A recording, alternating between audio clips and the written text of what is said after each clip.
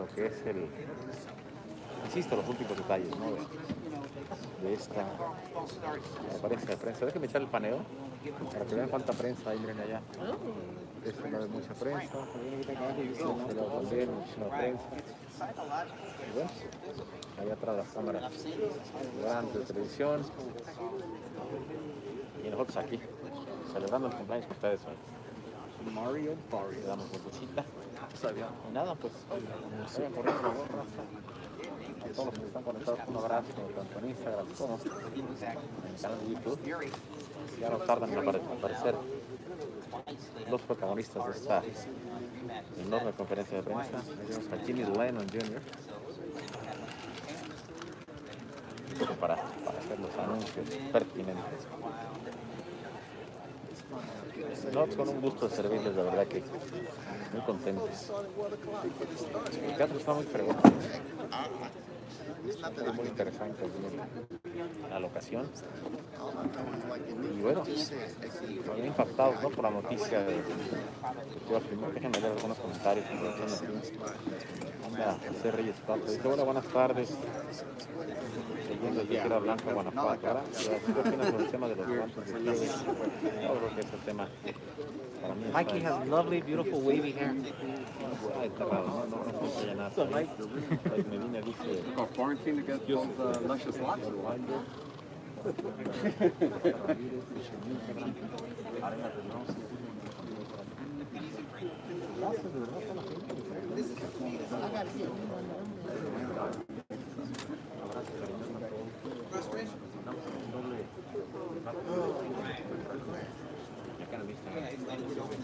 I'm glad no one came in here looking like a dirty love.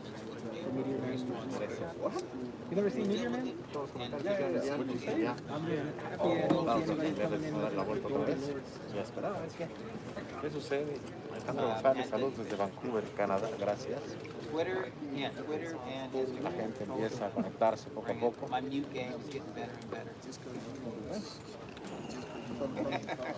Detalles los que faltan, déjenme dar la vuelta para explicar un poquito con ustedes. Gracias de todo corazón, Racita, por seguirnos. Manden comentarios ahorita que podemos platicar todas las preguntas que tengan de una vez para empezarles y después poner atención al 100% a la conferencia. Es más, ahí ya habíamos asomado al equipo de Wiley, ahí lo podemos ver.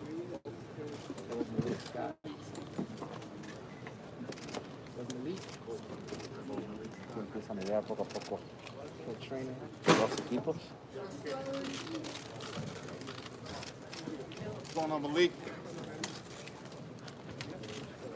Saludos para el Valle 956, dice Almita Montoya.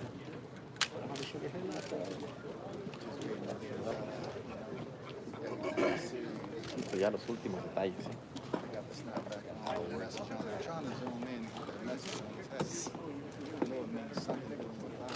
¿A quién ves como favorito? Yo a Fury, se lo decía. Dice Alejandro González, se podrá decir entre Ruiz y Tyson Fury, dependiendo de los siguientes pasos que dé cada uno, ¿no? Yo creo que eso tiene que ver con los pasos que va a dar cada quien. Pero sí, me parece que pudiera darse. ¿Sabes qué vamos a hacer, Raza? Yo creo que vamos a hacer un movimiento estratégico para poderles llevar mejor esto. Vamos a hacer una cosa. Déjenme darle vuelta a esto. Y aguanten, porque nos vamos a colocar aquí mejor con un tiro mejor para ustedes. Aguanten ahí. Vayan mandando sus comentarios. Saben, aquí en vivo de todo color, Rajita. Estaremos leyendo comentarios. Ya no tardan en sentarse aquí. La gente y la gente de John Walter. Estamos colocando aquí, ya van haciendo aquí todas las cosas posibles para que estén ustedes mejor ubicados. Y aquí creo que ya quedó. Aquí está.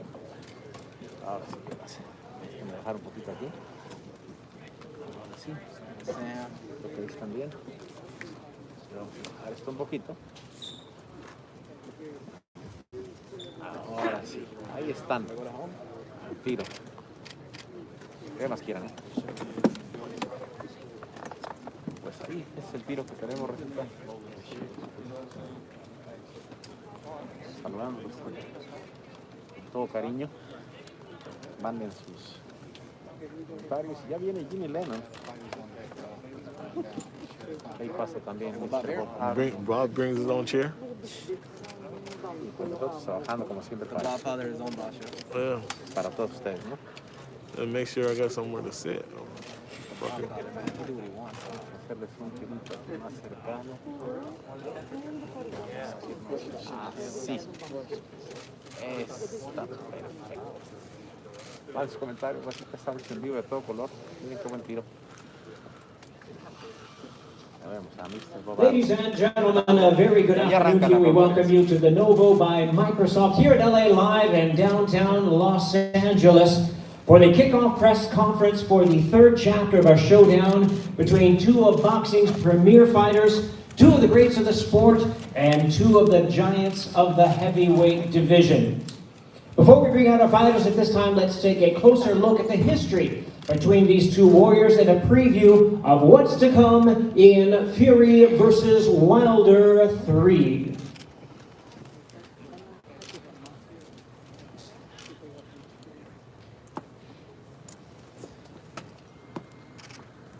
Estar en vivo, obviamente ellos están mostrando en las televisoras o en las vitrinas pues, todo el material que presentaron. Nosotros aquí esperando a que ya ingresen a este teatro nuevo, por cierto. Tanto Tyson Fury como Deontay Wilder nos gusta la presentación. Obviamente el que recientemente ganó en el último combate fue Fury, 22 de febrero, previo a la pandemia. Y pues ahí merece estar. Fury Wilder debe llamarse esto. Y es la 3, el tercer encuentro entre estos dos mastodontes, estos grandes guerreros de la división máxima de los pesos pesados. Insisto, vemos al legendario Bob Arum, que nunca olvidaré la respuesta cuando dije que sí era el promotor del año. Me dice, no, soy el promotor del siglo. Y tiene toda la razón, yo creo que bien merecido lo tiene. Diego Curiel dice, ¿por qué no venden ya guantes Sayer de piel en su página pronto? ¿Has pensado sacar guantes de box Sayer con tu logo? Estamos en eso. Pronto esa línea. ¿Se podrá dar el tiro entre Ruiz y Tyson Fury? Sí. Claro que sí. And now, ladies and gentlemen, let's bring our fighters out onto the stage. We'll begin with the challenger, standing at 6 feet 7 inches tall with a tremendous record of 42 wins, 1 loss, 1 draw, with 41 big wins coming by way of knockout. The 2008 U.S. Olympic bronze medalist, he is ranked the WBC #1 heavyweight in the world from Tuscaloosa, Alabama. Please welcome the former WBC heavyweight champion of the world, the bronze bomber, Deontay Wilder.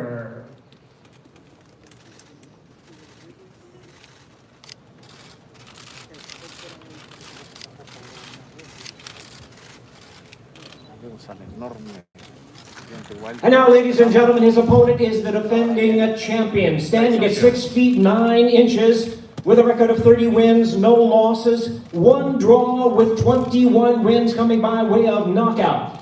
From Manchester, England, here is the undefeated WBC and lineal heavyweight champion of the world, known as the Gypsy King, Tyson Fury.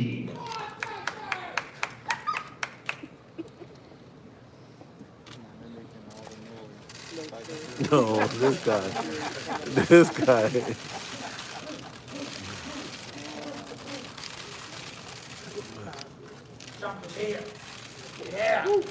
Bueno, ahí Tyson Fury con ese estilo maravilloso que tiene, dice, el campeón está aquí. It's a good thing I checked my wardrobe. I was going to wear the same thing here today, but Tyson always wins. Saturday, July 24th is the date, highly anticipated third chapter for the heavyweight rivalry between Tyson Fury and Deontay Wilder. Fury looking to defend his WBC title against the former world champion and rival Wilder. The event will be available on pay-per-view from the T-Mobile Arena in Las Vegas, Nevada, and is brought to you by Top Rank Incorporated, along with Bomb Squad Promotions, TGB Promotions, and Frank Warren's Queensberry Promotions in a Premier Boxing Champions presentation. We'll let you know that tickets for the live event are available on T-MobileArena.com and AXS.com. Now let's meet some of the teams that are joining our fighters here on the stage. First of all, we have the trainer. We'll go to the challenger side, longtime friend, former heavyweight great, and the new trainer for Deontay Wilder, Malik Scott. We'll have chances for Q&A for Malik Scott a little bit later on. And on the other side of the podium, we have the trainer for Tyson Fury. Of course, a longtime and respected trainer from the Kronk Gym in Detroit, Sugar Hill Stewart, along with the Hall of Fame promoter, the one and only Bob Arum.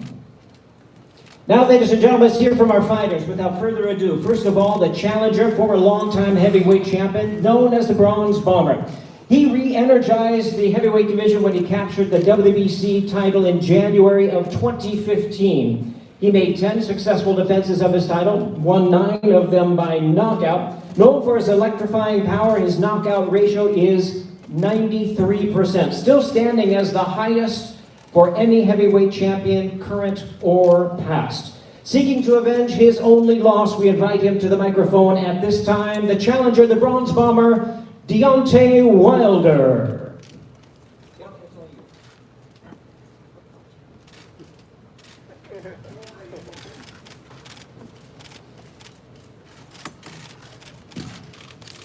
I'd like to thank my Lord and Savior Jesus Christ. I'd like to thank my amazing team, and I'd like to thank my strong legal team as well. Look, enough said. Time to cut off his head. And come July the 24th, there will be bloodshed. Get your tickets now. I'll see you soon.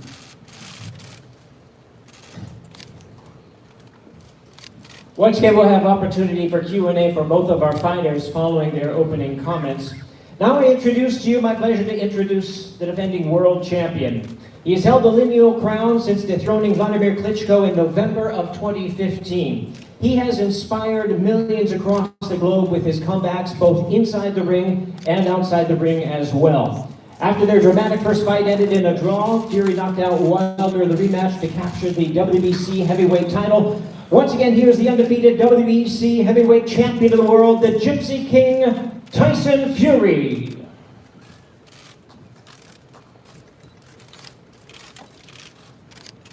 Good afternoon, everybody. Morning. Don't know what time it is. Afternoon. Firstly, I'd like to say congratulations to Deontay Wilder for finding his Lord and Saviour Jesus Christ. Before the last fight, he was comparing gods. We know my God won, so congratulations. And after all this bloodshed stuff, not so certain. Heard it all before, to be fair. Said all this last time. Decapitation and bloodshed and all that. And we all know what went down there, so, you know, I'm sure there's a lot of people got a lot of questions and they want to know certain facts, including myself, so I'll leave the questions open to the floor. Keep it short and simple from me. Thank you very much. And reminding you, our date, of course, is Saturday, July the 21st, T-Mobile Arena. Tickets are available at TMobileArena.com for the live event, along with AXS.com. And the event is promoted by Top Rank Incorporated, Bomb Squad Promotions, TGB Promotions, and Frank Warren's Queensberry Promotions in a Premier Boxing Champions presentation. And now we turn to our Q&A session. My pleasure to hand over the microphone duties to trailblazing commentator, hostess, and reporter for Top Rank Boxing and ESPN, Christina Puncher. Christina? Christina Puncher, hacer parte del show. Ella recibe Tyson Fury con aplausos. All right, so hello everyone. Before we get to sending both fighters to the media to answer some questions, I'm going to lead a little Q&A up here, and then they'll face off for some photos, and then come down to you guys to answer some more questions. So we'll start on this side here, a new face at the end of the podium to Deontay Wilder's corner, but not to Deontay Wilder and Malik Scott. And Malik, I'd like to start with you if I could, to talk a little bit about the chemistry that you've built with Deontay. Not many people know how long you guys have actually been friends, and although not in his corner, on his side and on his team. So if you could talk a little bit about the chemistry that you and Deontay had even before he made that phone call to you at 3 in the morning to kind of make you his trainer. We always had a chemistry with brotherhood, but for this fight, one thing I can say is before Deontay and I even talked about me moving forward as far as his head training, I wanted to make sure that we had the same chemistry as far as fighter and trainer. I wanted that to be better than brotherhood, you know what I mean? And from ever since I started working with him as far as training and taking that position, our chemistry as fighter and trainer by far passes our chemistry as our brotherhood. So, you know, I'm impressed with him and how he's adapted and how receptive he is and everything. So, yeah. Deontay, last time we were up here, it was Tyson who had a new trainer sitting next to him, and you spoke about him making changes to his team, changing trainers and all that. You decided to make a change. Why was Malik the right person for the job to get it done this third time? Deontay? You said, why was I the right one to get it done for the job? Yeah. I believe with a fighter like Deontay, right, he's naturally full of power. I believe someone like myself that is extremely technically sound from my own background of boxing, it just matched well. But the thing with us is the chemistry. I believe there's great fighters in the world, right, that have great teachers. But then I believe there's great fighters in the world that have good chemistry with a good or okay teacher, and that makes them, and it makes it work for them. So our chemistry is firing on all cylinders on both sides. So what kind of imprint do you see yourself making in this fight? Deontay has made the imprint. He's made the mental adjustments. All I needed was a receptive athlete. I'm not even talking about his ability and everything I've been seeing him do over the last 10 years. He's already made the mental adjustments to do everything I need him to do when we in that ring. He's already made the mental adjustments to turn his household into his training facility. Eat, sleep, and shit boxing. And that's all I ask, and that's what I'm impressed with the most. So how would you envision this third fight? I'm sure you guys have talked about it, and obviously you're not going to give away your game plan, but how do you see this third fight going? As both fighters have been very adamant about the end goal. I only see it one way. I believe that if you let Fury just do what he want to do, then he's going to do more than what you allow him to do. I think I have no doubt in my mind Deontay is going to become 2-time heavyweight champion of the world, and I believe it's going to be by knockout. I'll send it over here to the other side now, and Sugar Hill. Actually, before we get to Sugar Hill, we have Bob Arum on the stage also joining us. Bob, you do have the mic right in front of you. You've been a part of many great, trilogies and things like that. Where do you kind of see this fight, the promotion for this fight, and how excited are you that these two are back at it, once again?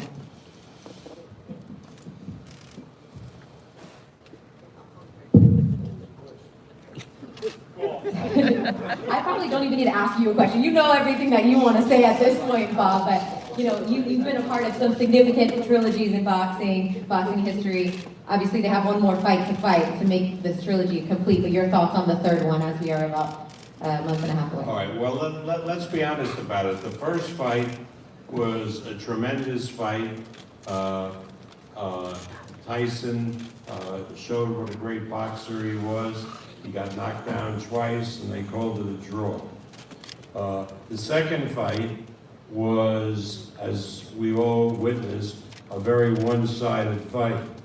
But when heavyweights participate in a one-sided fight, it's still great because they love to see, the fans love to see the big guys duking it out. And now the third fight, based on the first two, I really predict will be bigger than the first two fights. Based on the orders that we're getting for tickets, they far exceed what we did in the last fight. And I really believe that the pay-per-view, now that we all had the opportunity to watch that second fight, the pay-per-view is going to be bigger this time than it was last time, and we're happy that every restaurant is opening up around the country because the closed circuit action in the United States that we shown in all the restaurants and bars will be tremendous. There's a pent-up demand that the fans have. So I'm looking forward to a great fight, to a great event, and I think it's going to set all kinds of records for a heavyweight championship fight. Thank you, Bob. And over to Sugar Hill now. And Sugar Hill, you had a lot more time this time with Tyson than you did for the last fight spent with him, not only in the gym, but in Miami, spending a lot of time together. How has that improved your chemistry leading into now this third fight, the amount of time you've been able to have together? The amount of time that we've had together since we joined together, it hasn't done anything different for us. It's always been there. There's nothing new. And the only one thing that I really have to say is, over that time of training and working with Tyson Fury, he now has power to knock a man out with one punch. And that's something that I'm happy that he has now, along with his other boxing skills and everything else that he knows. His boxing IQ, his one punch knockout power. Tyson told everybody before the last fight exactly what he was going to do, whether the media and the fans believed it or not, and he stayed true to his word. Looking back on the fight, I mean, it was a masterful performance. What do you think that he can or needs to do differently, if anything? Land that punch. All right, Tyson, you and your sparring partners obviously getting ready for this fight for quite some time. How did you go from that switch, it being, and everyone thinking it was going to be Anthony Joshua one day, to 2 days later, here we are with Deontay Wilder? Yeah, it was a crazy roller coaster of fights, what's going to happen and what's not going to happen. But I always said you never fight somebody until you're in the ring opposite them. So it wasn't really hard for me. I never started training. I wasn't in training camp when all these negotiations were going on. So it was what it was. 1 minute I'm fighting one guy, next minute I'm fighting another guy. What I do is what I get paid to do. I get paid to beat up on people. Not my job, really. Yes. So yeah, it's going to be Deontay Wilder. So yeah, it's his turn again. I can get another good hiding, and we'll see if he wants a fourth rematch after this one. Maybe it's 10th, 72. Who knows? It might go on forever. I think a lot of people think we could be headed in that direction depending on how this fight goes. But look, I mean, we go through COVID, all this time outside of the ring, outside of fighting, long layoff, nothing that you haven't done before. But how do you continue to keep your mental health strong through everything that you've been going through at this point to get you ready for this third fight? Yeah, I just keep training, stay motivated. Every day I wake up's a blessing. I'm happy to be alive, you know. I'm happy to be living, being here right now, and look forward to today. That's how I manage my problems. I look forward to the future. I'm not looking at the past. I enjoy today, that now living in the moment type of person. I look forward to the challenge. I hope he's going to bring something different to what he did last time. Well, he needs to face facts. And let's hope he can give me a challenge. I know he's took on Malik, very experienced guy in boxing. He's had a lot of professional fights himself. And let's hope he can bring the best out of Deontay Wilder, hopefully. Malik, with Tyson saying he's got to do something differently to get a different outcome, what is that you think that he needs to do differently when you look down and break down film? When I look at breakdown film, I know you study, you're a student of your game as well. So. I don't feel as though this is not a thing of so many different things Deontay had to do, because in my opinion, he wasn't able to do anything in the last fight. So it's about the mental adjustments he made to the craft. And I think that's going to pay big dividends for him when you're in with a guy like Tyson Fury. You know what I'm trying to say? A lot of people have been seeing me and Deontay work, and they say, oh, they never seen him do this. They never seen him do that. Mm-hmm. These people haven't been seeing him in the gym. So we'll say Bermain Stavern second fight. That whole camp before Bermain Stavern the second fight, Deontay was boxing on his toes, doing all type of stuff. Before that, when he was getting ready for years back, I think it was Calvin Price. He was boxing on his toes. See, these are all things I've already seen and took notes and said to myself, if I ever get the opportunity to work with him, I'm just going to make the most things he do subconsciously, I'm going to make him drill those things. And that's what we do now. We repetitiously drill good things that most people haven't seen him doing in big fights. It's hard to take a fighter off his first professional loss, and then you have to sit there going through a lockdown and through COVID, and then we hear all these allegations and things like that coming out. So just things that you can do to kind of just even keep your fighter in line and focus at the task at hand. What was that kind of those last months like doing that? It wasn't really hard because, like I've been telling you reporters, if we got out the ring with Fury in the second fight at 12:45, we was disappointed. We had a long talk and everything, but literally around 3 a.m. or 4 a.m., Deontay was already putting his plan into play on what he wanted done, how he wanted to, rededicate himself, how he wanted to do everything correct to get the title back. And he's done that, and I'm expecting him to win and win in grand fashion. Why do you think that Deontay doesn't want to answer any questions up here today? Well, number one, he's very stubborn. You know what I mean? He dedicated his life and everything to the craft. He's very stubborn. But like most legends, or like most gifted people, they have their things with them. Like even Fury, he has his things with him. A lot of people think he's crazy. Most people that are like that, Marvin Gaye is one of my favorite artists of all time, musician-wise. He had his thing with him. Michael Jackson, these people have their thing with him. But what I do, as long as Deontay give me what I want in the gym, as long as he give me what I'm asked for when he's sparring, I don't care about the stubbornness. As long as we're going to get this work done. Because we got a big task ahead, and it's my job and his job to make sure it gets done. So perhaps even portraying a different demeanor, considering what he came here to do. I mean, I asked him about answering questions, and he said, the talking is done. It's just time to do business and to put in work. So I'm going to send it over to Tyson. Now, what do you make of the fact that Deontay doesn't want to answer any questions? It shows how weak of a mental person he is, and how much of the beating from the last fight has took an emotional, physical effect on his life. I was worried about Deontay Wilder for quite a while after the defeat that I gave him. And obviously he's doing his little thing with his earphones on and doesn't want to answer any questions. That's up to him, but I'm here to promote a fight and talk to the press, like I always do. So if Deontay Wilder doesn't want to commit to this press conference, let's me take Deontay Wilder's part. So I'll play double character if you want.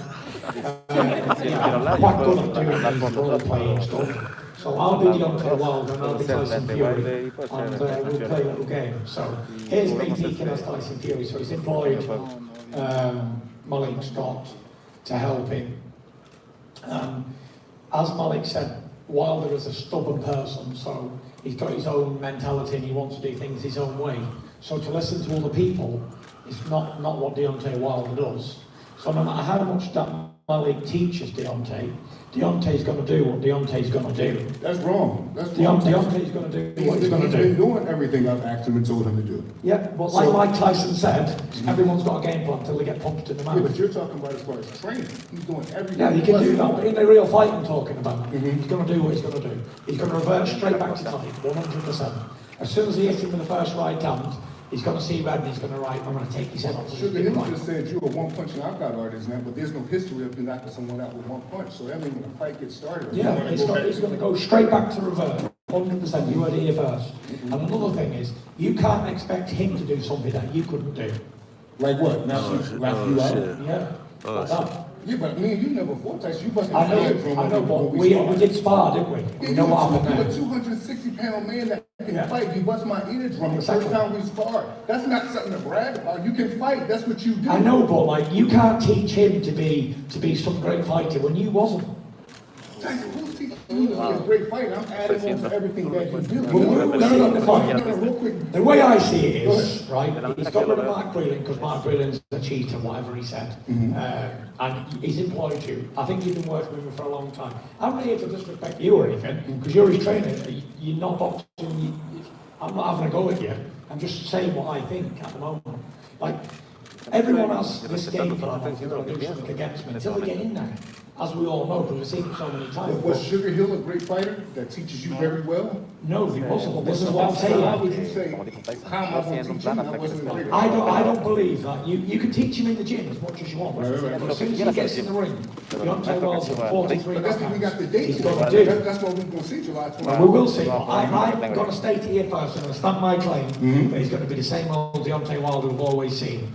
And that's that. So yeah, just because you both got your eardrums burst in sparring and fights, it is what it is. But I can't see him doing anything different. Maybe I'm wrong, but who knows? Doesn't matter. But see, listen what I'm saying.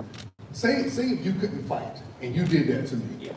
I would feel like shit. I'm boxing Tyson Fury. The first day I boxed him, he bust my eardrum, then I come back to box him again the next day, and then the next day it happened and I couldn't hear and I couldn't continue to box. That's nothing right. This shit happens in boxing. Of course. But you're bringing that up as if You brought it up. You said I popped your eardrum. I didn't mention it. Right, but you just said, well, if he's getting bust up in sparring, or if he's getting bust up in a fight, that's on them. Yeah, but you bust my ear. It's okay though, right? That's what happens in boxing. I didn't mention the ear You busting. just did it at the end. You just did it at the end. You did. You started with the ear busting. I didn't mention it. Okay. But as we're on the topic of ear busting, don't we find it funny that I busted both of these guys' eardrums? Trainer and fighter. Crazy. Statistic. Tyson Sugar I'm going to be aiming for Deontay Wilder's ears in the next fight. Burst. Tyson, you talked about, and Sugar Hill has talked about developing that one punch knockout power. You said exactly how the last fight was going to go. I went back and watched all the press conferences, and it went exactly how you said. So, is it going to be, in your anticipation, a one punch knockout, or how do you see this third fight playing out? I gave my game plan away the first time because he wasn't good enough to do anything about it. And I'll do the same thing this time because he's not good enough to do anything about it. Deontay Wilder's the one-trick pony. He's got one punch power. We all know that. Great.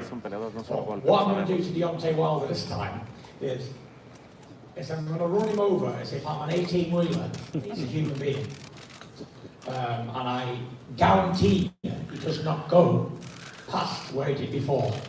Because before I only had 5 or 6 weeks of practicing what I was going to do to him. This time I've had 18 months of practicing what I'm going to do to him. So I anticipate it's going to be like an 18-wheeler running over somebody. And that's what you're going to see. Building my weight up, trying to get up to 300 pounds in this fight. Yeah, because I'm looking for a big knockout straight away. I don't believe he's mentally, physically, or emotionally involved in this fight. I think he's doing it for the wrong reasons. When people do things for the wrong reasons, they always end up wind up getting hurt. So we'll see on fight night if I'm a man to my word, and if I can run him over quicker than round 7. And I think I do, for sure. I'm sure you guys were always confident because Deontay's plan was always to get this third fight, no matter what was going to happen. So if I could just ask you one more time to respond to how Tyson Fury believes that this fight is going to go down based on what you guys have worked on. I imagine you say no way. You asked me what do I think of Tyson's prediction? Yes. I think it's just cliche. A fighter's supposed to think he's going to, especially he had a good night the last time. He had his best night on Deontay Wilder's worst night. The stars just lined up for him. That's not going to be the same in the trilogy. All right. He's not got any final comments that you'd like to make? Do you want to ask Deontay Wilder a question? I did try, but Deontay's going to I'll answer it for him. It's fine. That's okay. That's okay, guys. Anything else, Malik, that you would like to say? No? Deontay, you're good? It's good? Anybody else? Any final comments here, since this is the one and only press conference that we're going to have here, and then we get ready to take some photos here, and then you'll have to answer from the media. Anything else? Bob, anything else you'd like to say, Bob? Go, yeah. Just, it's going to be a great fight, and you can see Deontay Wilder is saving his energy by not saying anything. Good, maybe that'll help him in the fight. I doubt it. We'll see what we'll see. July 24th. Thank you everybody for turning out for this one-sided press conference. Hopefully the media have some good questions and we can get some answers and stuff. All right, well, thank you everybody for coming. I'm Christina Poncher. What we're going to do right now is have the fighters come up here for a photo op, and then the respective sides will separate them for questions with the print and online media. So thank you everybody for joining us. Thank you everybody for watching. Remember, the fight is going down Saturday, July 24th. So Tyson Fury is going to be down there with print and online media first. Media will come up to the stage, interview Deontay. Deontay going to say anything? Right. Thank you very much. Tyson Fury! Come on! Tyson Fury! Right here with him, I do. Step back from the stage, please. Step back from the Where's stage, he going? Step back from the Where's he stage, going? Where's he going? Where's Fury going? He said he's going to come down. Give him a second. Step back from the stage. Here? Keep Here? going. Right here. He's coming down right here? Yeah. Get down. Just step back. We gotta keep an open access lane, please. Step back. We gotta keep an open access lane for people to get in. You know what the most annoying thing of this was today? The media members that are fans.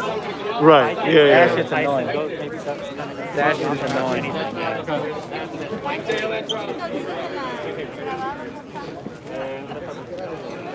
That shit's annoying. I don't know. No.